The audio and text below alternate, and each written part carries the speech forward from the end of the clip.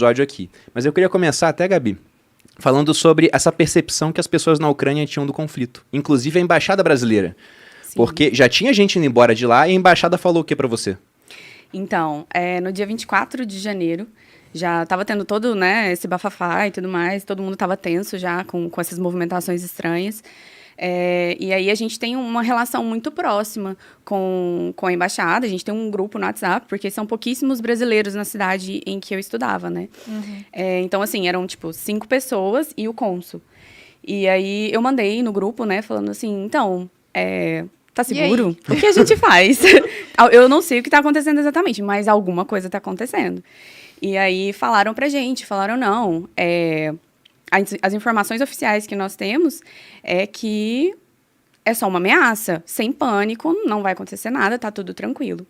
E não satisfeita, eu falei, tudo bem, agora, mas e se houver realmente alguma coisa for acontecer, vocês vão avisar a gente? E aí eles falaram, claro. Óbvio. Enquanto isso, outras embaixadas... Porque... A mensagem chegou ontem, né? Olha, deu ruim. Então, gente, eu acho que tá na hora de correr pela sua vida. Meu Deus. A gente tem muitos amigos lá, né? A faculdade internacional, então temos amigos da Inglaterra, dos Estados Unidos, do Japão, de vários lugares, e todas as embaixadas já tinham avisado os seus, né, os estudantes que estavam lá, falando para eles, voltem para casa. Os diplomatas já estão saindo, as pessoas importantes já estão saindo, então tá no momento de vocês virem.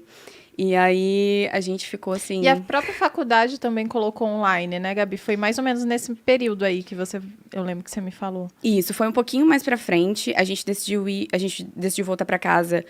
Eu tô falando a gente porque o meu namorado também estuda lá. Exatamente. Uhum. Então, nós moramos juntos e todas as nossas decisões são tomadas juntos, né?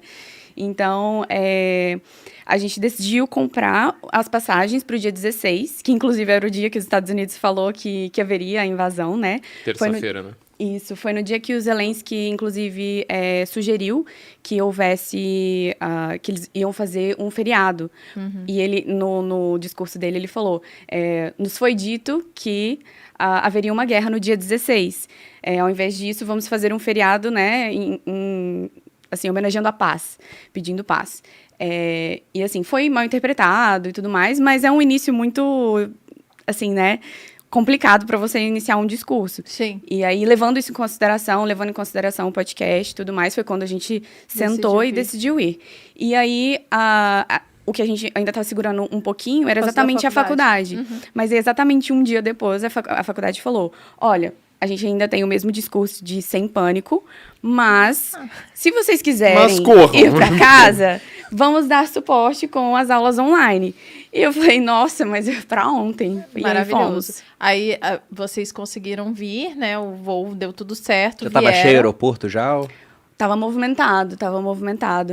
A gente até levou um susto, assim, porque teve algo sobre um seguro, eu não sei os termos corretos, mas alguma coisa de uma seguradora que estourou lá e falaram que muitos voos foram cancelados. Foi uma empresa alemã, na verdade, só que cancelou. Uhum. E a gente ficou, meu Deus, já deve ser alguma consequência, né? Será que a gente não vai conseguir sair mais?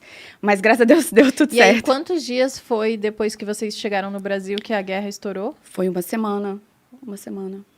Nossa. Isso. Tenso, hein? Tenso. E tem também a questão da percepção dos ucranianos, porque vocês tinham contato com eles lá, e alguns, a gente almoçou ontem, você até comentou, o pessoal achava que ia ser um negócio mais lá pro leste, não era isso? Sim.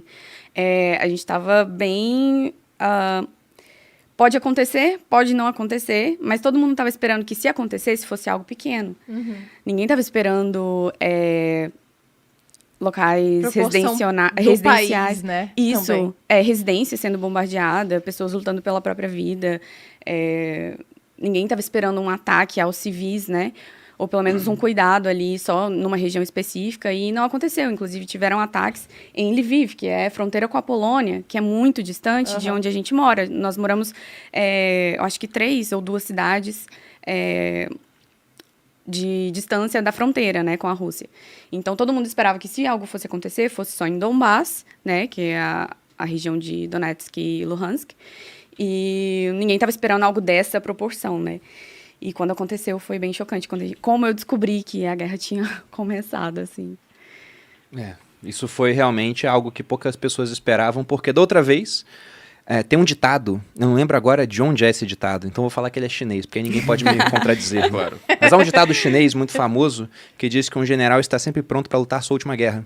E a última vez que a Ucrânia teve um problema com a Rússia foi em 2014, após aqueles protestos lá da Euromaidan, que o presidente que era alinhado à Rússia, que era Yanukovych, ele fugiu, ele foi embora do país. A gente viu ontem o documentário Winter on Fire. Winter on Fire, Nossa. que eu achei chocante apavorante. a maneira como a polícia da Ucrânia na época, alinhada com Yanukovych, lidou com uma manifestação dos ucranianos e matando os manifestantes na rua. Teve uma cena que não sai da minha cabeça, que era um cara que ele estava carregando uma maca para pegar uma pessoa ferida e ele foi morto por um sniper.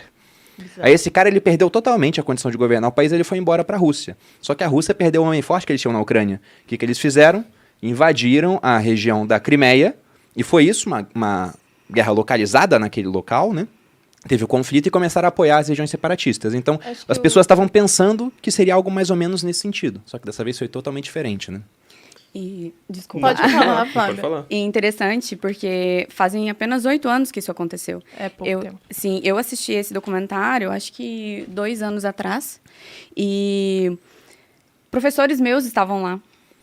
Uma amiga que ajudou a fazer o resgate de amigos brasileiros que estavam na cidade, ela estava lá. Ela fala no Instagram dela, ela lutou aquela batalha. E foi tão revoltante, né? Porque era uma batalha eles estavam pedindo para entrar na União Europeia. O presidente recusou.